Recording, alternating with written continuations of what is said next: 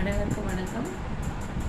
மனசாட்சி மனசாட்சி அப்படிங்கிறது மனிதர்களுக்கு இருக்கிறதா இல்லையா அப்படிங்கிறத பார்ப்போம்.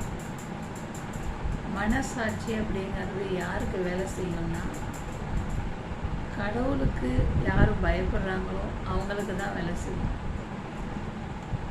நம்ம செய்கிறது சரியா தவறா, நல்லதா கெட்டதா அப்படின்னு யார் யோசிக்கிறாங்களோ அவங்களுக்கு தான் வேலை செய்யும். ஒரு மனிதன் பெண், பொன், பொருள் போன்றவற்றில் அதீத இச்சை கொண்டு இருக்கும்போது அவனுக்கு மனசாட்சி வேலை செய்யாது. தான் என்ன வேணாலும் செய்யலாம் அப்படிங்கிற ஒரு நிலைக்கு போயிடுவான். அதே மாதிரி கோபம், வெறுப்பு, பகை, பொறாமை போன்ற உணர்வுகளால் அவனுடைய மனது நிரம்பி இருக்கும்போதும் அவனுக்கு மனசாட்சி வேலை செய்யாது. தன் உணர்வுகளுக்கு மட்டுமே முதலிடம் கொடுக்கும்.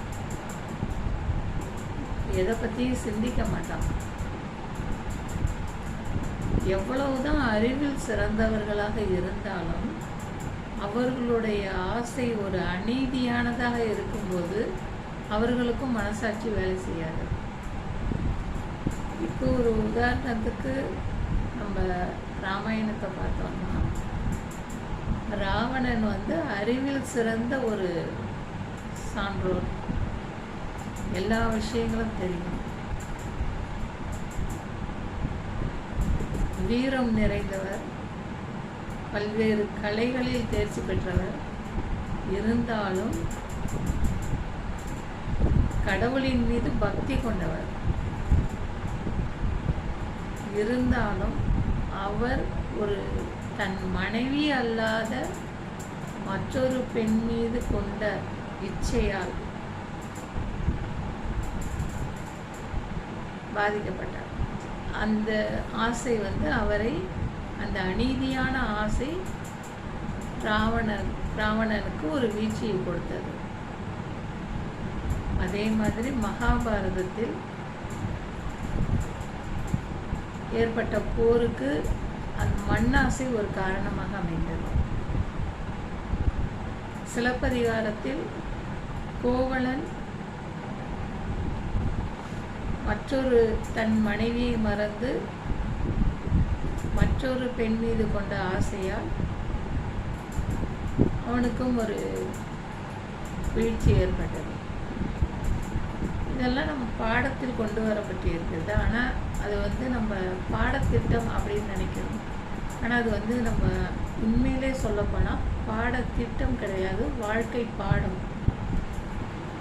ஒரு பிரபஞ்ச விதி என்னன்னா, நல்லது செஞ்சால் நல்லது நடக்கும், கெட்டது செஞ்சால் கெட்டது நடக்கும் அப்படிங்கிறது ஒரு பிரபஞ்ச விதி.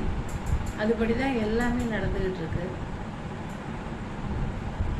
அதை நம்ம மறந்துட்டு நம்முடைய இச்சைகளுக்கு முதலிடம் கொடுக்கறதுனால, அறவழி இல்லாத இச்சைகளுக்கு முதலிடம் கொடுக்கறதுனால நமக்கு பாதிப்புகள் உண்டாகிறது. எப்பொழுதும் நம்ம நம்முடைய மனசாட்சிக்கு வேலை கொடுக்கணும். இது செய்யலாமா செய்யக்கூடாதா, இதனால் யாருக்கு பாதிப்பு வரும் அப்படின்னு ஒவ்வொரு விஷயத்துலையும் நம்ம சிந்தித்து பார்த்து செயல்படணும். நம் மனசாட்சியையும் கடவுளையும் நமக்கு துணையாக வைத்திருக்க வேண்டும்.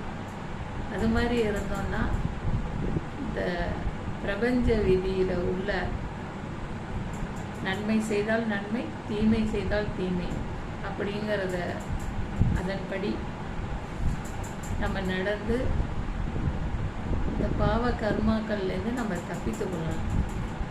இதை பற்றி யோசிப்போம், செயல்படுவோம்.